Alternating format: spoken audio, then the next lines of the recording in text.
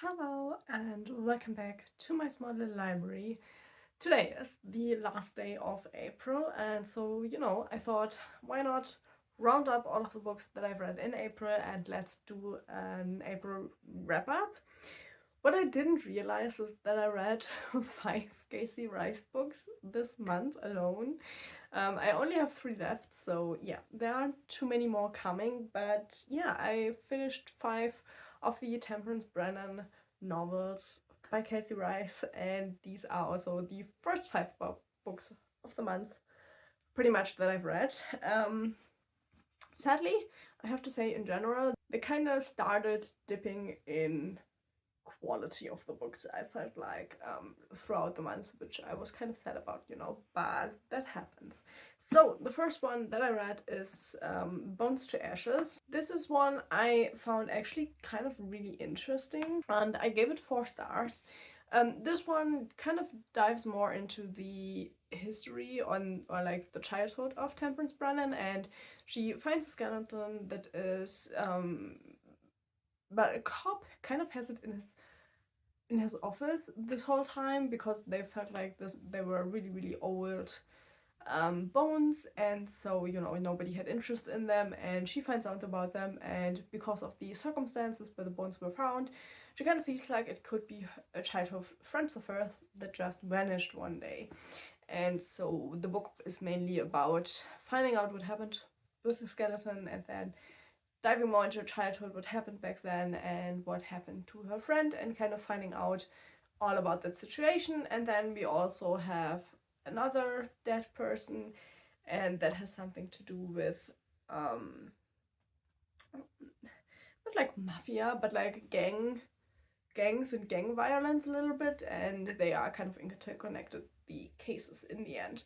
And yeah, I find this one is one of the more interesting ones because we do go more into Brennan's, history and what happened to her parents and friendships she had before, we start the series and stuff. So yeah, I kind of like this, and sadly, after that, it all went kind of bad. Then we have the next one I read, that is 206 Bones. It's the one directly after the last one, and this one I felt was the hardest to get through. This is called 206 Bones primarily because there's a case, and Temperance Brennan gets accused of malpractice, kind of, because bones keep vanishing, and there's pretty much one person in the office who's like, oh yeah, but had you seen that on the dead? And she's like finding things that other people weren't finding.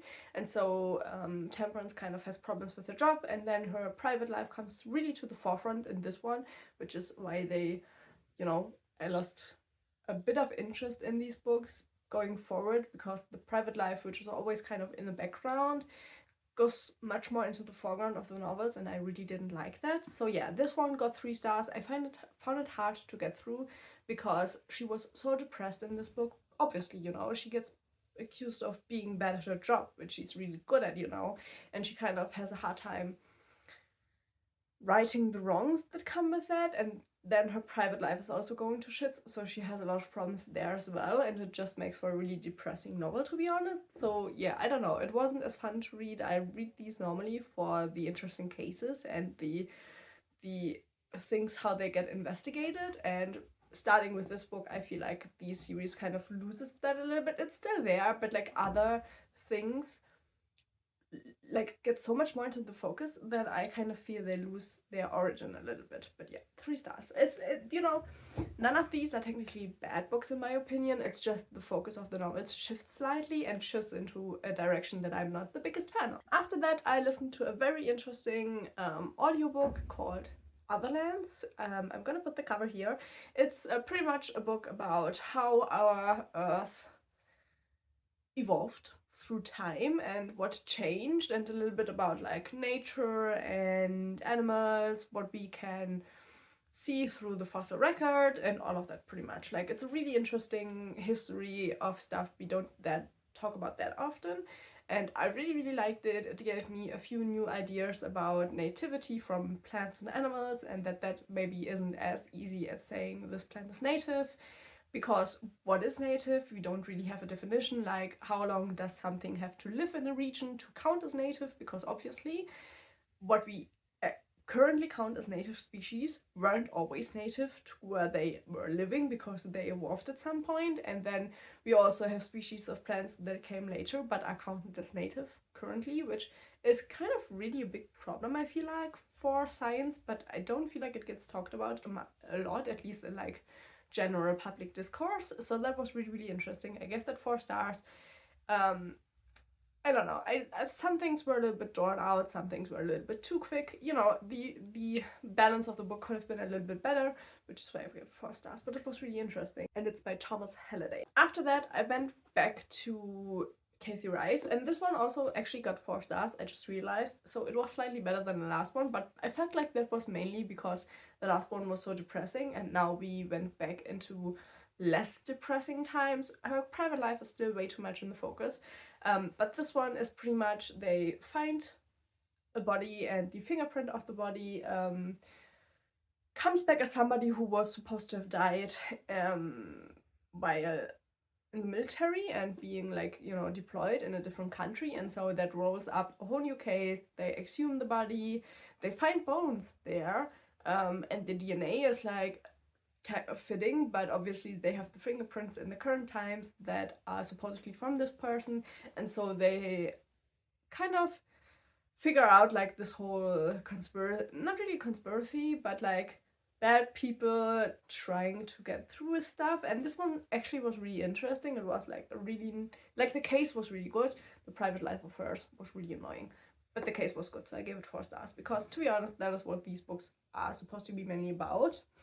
And this one was kind of doable for me. Then I did a quick foray into graphic novels. I'm not the biggest fan of graphic novels, I have to say. Firstly, because they are over so quickly, and secondly, because I feel like most things are better done with more text, and graphic novels obviously have like a limited amount of text. So yeah, I read Dune, the first graphic novel. I felt like it was really true to the book version. I have read the book version, I have it sitting here. I wasn't the biggest fan of Dune anyways, to be honest, because of the weird spoilering of what happens in the book in the chapter before them. I don't know if you've never read Dune.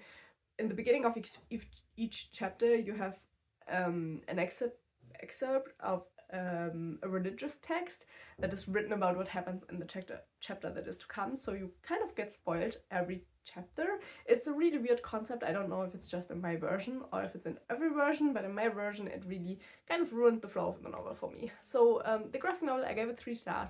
I like the art style. I felt like Dune has too much text for a graphic novel. I felt like, I don't know, I prefer the not graphic novel version. It just worked better for me, but I really like the art style, so I give it 3 stars, because I'm kind of neutral to graphic novels, I feel like.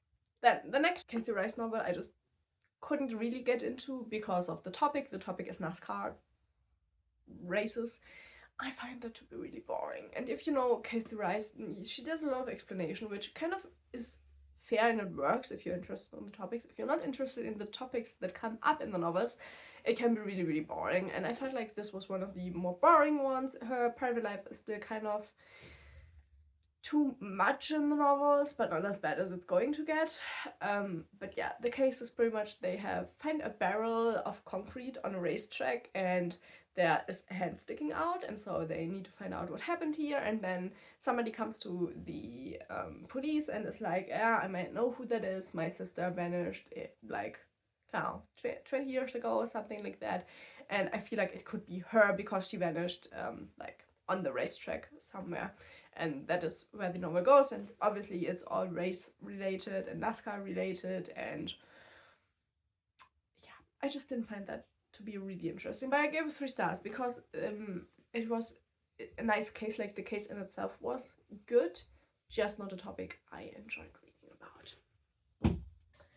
And then we're coming to the last Kathy Rice I read in April, and that is by far the worst I've read so far, and that is Bones Are Forever. The case is actually interesting. It's they find 3, but there's a lady that comes into the hospital, and because she feels ill, and the hospital staff is pretty sure that she has recently given birth, but there's no baby with her, and once she's asked, she just and vanishes. And then they realized that she has done that a year before as well, and so the hospital calls the cops and is like, hey, we have this woman here, she definitely has given birth twice now, we have never seen a baby, you know, you need to investigate. And once they get to the apartment, they find dead children or babies, more or less, and the case goes pretty much from there.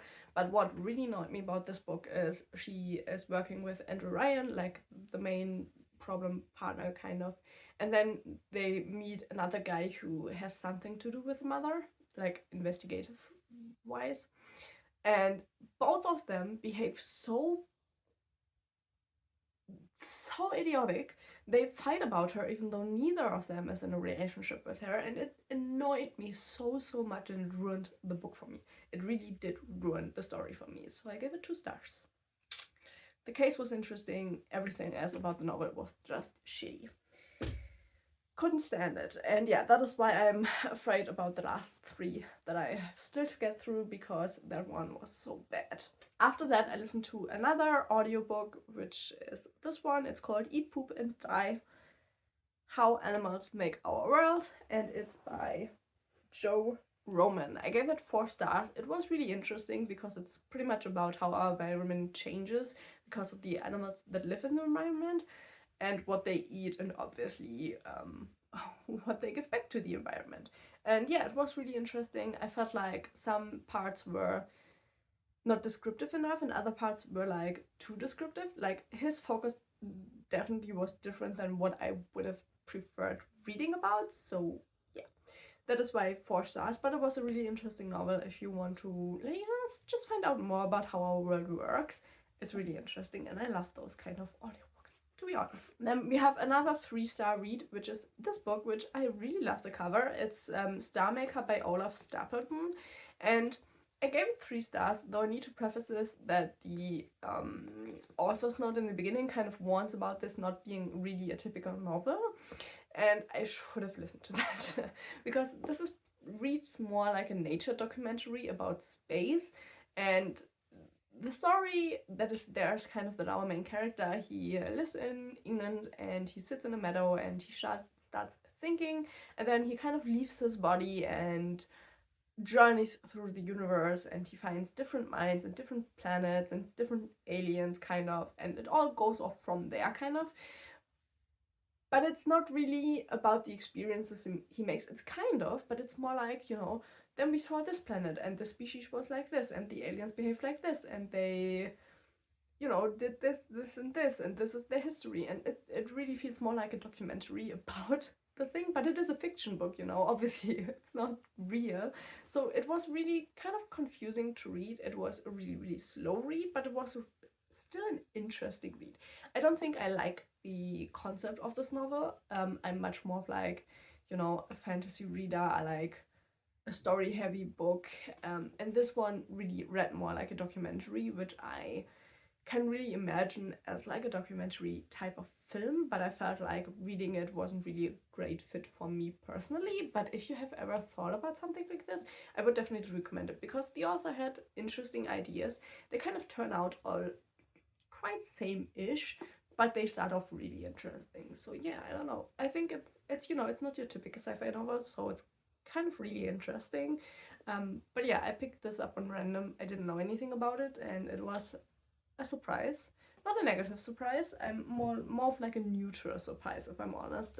Because yeah, it I mean, they warn you about it in the beginning. I just didn't realize how much of not really a novel this was. Then we have a 5-star read, which is technically a reread, but I have never read this version. This is The Lord of the Rings. I finished this month by reading the third part of it, because obviously this is just massive, you know.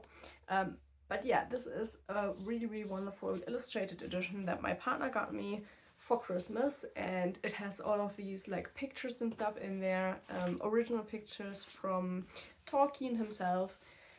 And yeah, it's a wonderful format for this book, and I really love this version. So it now has its prized place on my bookshelves. But yeah, I finished it this month, so I'm counting it for this month. Obviously, I started reading it at Christmas more or less directly, and then read it throughout the month, because obviously this is a big book, you know. It's technically, but it got published as one book, but it's technically 3 books if you think about it. So yeah, but this is one of the really, really wonderful editions of this. I now own 2 editions, well, 3 if you take the audiobook. But yeah, I think you can never have enough edition of The Lord of the Rings, and this is, I think, the most complete edition that is out there to this point, you know, because there's a lot of like extra information in there. Then I tried a new kind of thriller for the first time, and that is a John Grisham thriller, which I feel like is more like courtroom thrillers, like they are focused on judges and juries and criminal cases settings in the courtroom.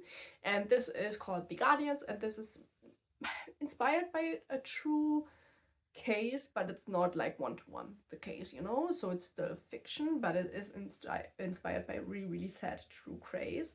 And in The Guardians, pretty much we have our main character who is a lawyer, and he works for the Guardians, and they kind of represent people who say that they are falsely imprisoned on death row, and they look into their cases, and if they think that they are actually innocent, they will go and represent them and try to solve their cases for them so that they can get out of prison. And that is what this novel is about. The case is pretty much that a judge was, and not a judge, that a lawyer was shot, and the person that is sitting in jail for that case, he was pretty much persecuted, and he was convicted for something that there really wasn't any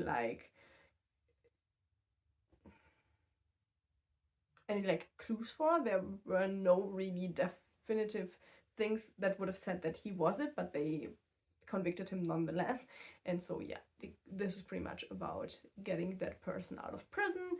The book ends on a positive note. The true case by which this is inspired actually is still an ongoing sad case where somebody is still innocently in jail. Well, supposedly innocently, I obviously don't know, but there are pretty good markers for him being innocent, and he's still in jail for a crime that he probably has not committed, which is a really, really, really sad reality that happens. Sadly, humans aren't perfect. Everybody, like, humans are a really subjective species. I feel like it's really hard for humans to be objective about things, and that novel kind of like really points that out, how horrible our justice systems can be and how problematic it can be when people have an agenda instead of just being objective about what is happening. It was really interesting. I still gave it 3 stars because I don't know. I don't think it's the perfect novel for me. I felt it to be a little bit boring, but that might just be how this is built up, because it reads kind of like a true crime novel, but obviously it's fiction, but it's really, really like it kind of moves over into reality easily, and it's hard to distinguish at some points that it is fiction, and you tend to forget that while reading the book, and I found that to be kind of irritating. I didn't love that feeling. I would have loved for it to be a little bit more obviously fiction, kind of, you know, because if you read like Kathy Rice, like, it's pretty obvious that it's fiction, you know, like a forensic anthropologist isn't going to go out into the field and work like they're a cop. That is obviously not reality, but in that book it's like really, really, really heavily based on reality, and so I found that to be irritating. And yeah, I gave it 3 stars because of that, but it's still a good book, and if you like the genre, I think it's a really good read, to be honest. And then after that, I had kind of a random pick out of my TBR shelves, and that turned out to be The Maze Runner. I gave it 3 stars. I think it's kind of funny because this book screams its age. It was originally published in 2010, and you can really feel it. Like, it screams all of the like post-apocalyptic and apocalyptic teen novels of the time, you know, and it it's all of that. The thing I was kind of positively surprised about is there are movies about this, and the movie feels really, really true to the book as far as I can remember the movie, because obviously I haven't watched it recently. It's like a good few years ago that I've watched that movie, but like from my recollection of the movie, it felt really, really true to the book. If you don't know what the Maze Runner is about, it's pretty much like teenagers thrown in a maze, and their role is to get out of the maze.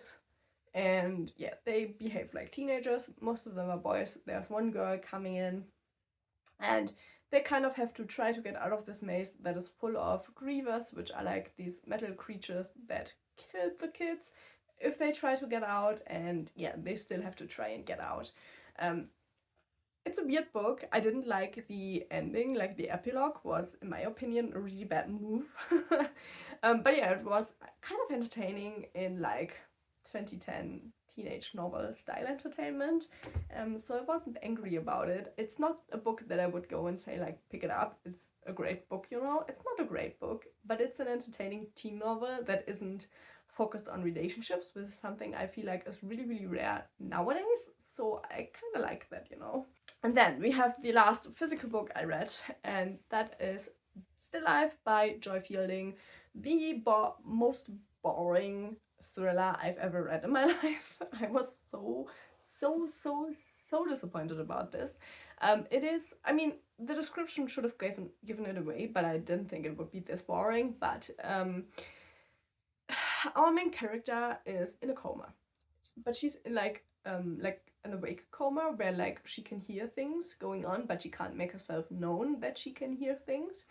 And so the whole book is her lying in a bed and people around her talking, and the case is revolving through that, you know, which in theory works quite well. For me personally, I found this to be extremely boring. I guess if you really love like only characters in books, this works out kind of well, because most of the book is just dialogue.